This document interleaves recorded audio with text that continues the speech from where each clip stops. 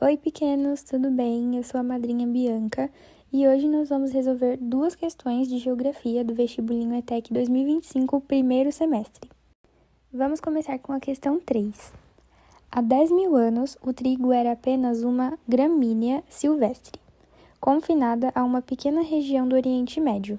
Em apenas alguns milênios, estava crescendo no mundo inteiro, em áreas como as grandes planícies da América do Norte, onde não crescia um único pé de trigo há 10 mil anos. Hoje podemos caminhar por centenas de quilômetros sem encontrar nenhuma outra planta. Atualmente, o trigo cobre 2,25 milhões de quilômetros quadrados da superfície do globo, quase 10 vezes o tamanho da Grã-Bretanha. O trigo não gostava de rochas e pedregulhos, nem de dividir espaço, água e nutrientes com outras plantas. Por isso, os seres humanos tiveram que dedicar cada vez mais esforços para seu cultivo. Bom, basicamente o texto conta que há cerca de 10 mil anos o trigo era apenas uma planta silvestre, mas conforme foi passando o tempo, o ser humano começou a cultivá-lo e hoje é plantado em várias partes do mundo.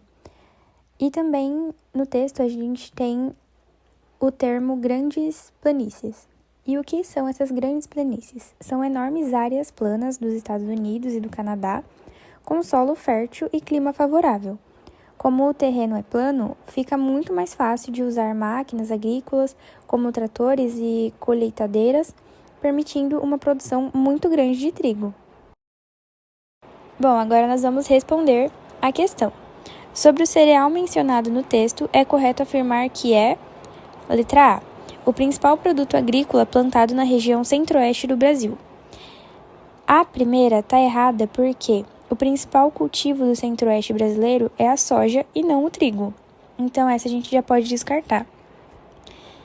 Letra B, na Grã-Bretanha, onde se encontra a maior área plantada do planeta.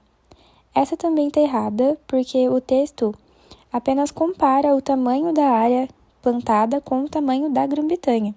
Isso não quer dizer que a maior produção de trigo esteja lá. Letra C. O principal produto de exportação dos países do Oriente Médio. Essa também está incorreta porque o principal produto de exportação dos países do Oriente Médio é o petróleo e não o trigo. Letra D. Plantado em larga escala nos Estados Unidos e no Canadá.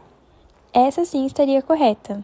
O próprio texto cita as grandes planícies da América do Norte, que é onde ficam os Estados Unidos e o Canadá, e são regiões conhecidas pelo cultivo de trigo em larga escala. Então, essa sim seria correta. Mas vamos ver a E também. Cultivado nos desertos rochosos da Europa e da África. Essa, no próprio texto, fala que o trigo não gosta de rochas nem de pedregulhos, e porque o trigo precisa de um solo fértil e água para poder se desenvolver. Então, não faz sentido eles estarem em um deserto rochoso. E é por isso que essa questão, a resposta certa é a letra D. Então, essa questão queria saber se você relacionava o texto com os principais locais de produção agrícola do mundo. Agora nós vamos para a questão 24. Conhecida como Cidade da Primavera Eterna, Medellín costuma atrair turistas por todo o ano, mas o aumento da urbanização expôs a cidade ao efeito de ilha de calor das áreas urbanas, que causa a absorção e a retenção do calor pelas ruas e construções da cidade. Em 2016, Medellín deu início ao seu programa de corredores verdes, devido às preocupações com a poluição do ar e o aumento do calor. Os corredores verdes mostraram-se claramente eficientes para reverter esse impacto. A temperatura caiu em 2 graus Celsius por toda a cidade, segundo dados da prefeitura local.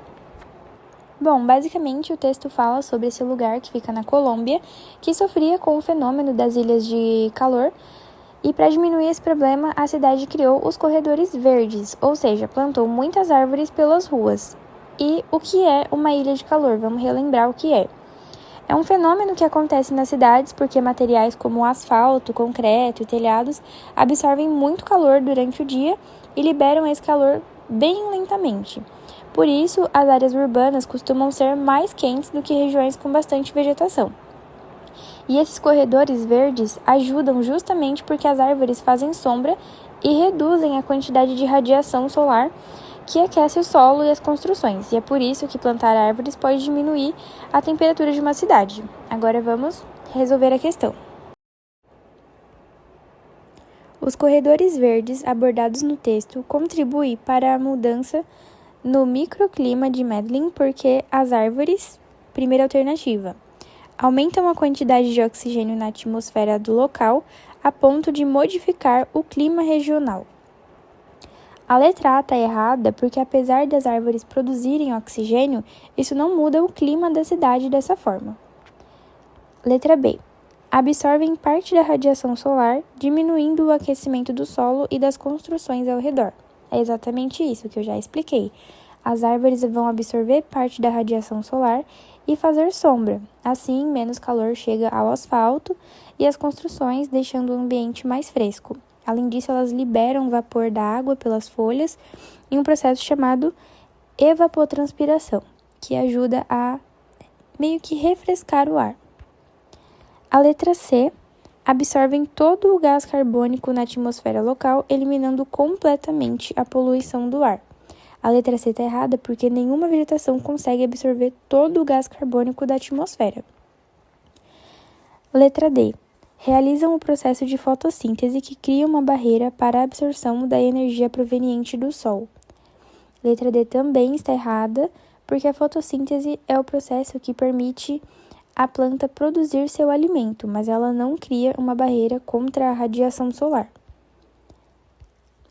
Letra E, e a última, funcionam como barreiras físicas contra o vento, impedindo que as brisas quentes entrem na cidade.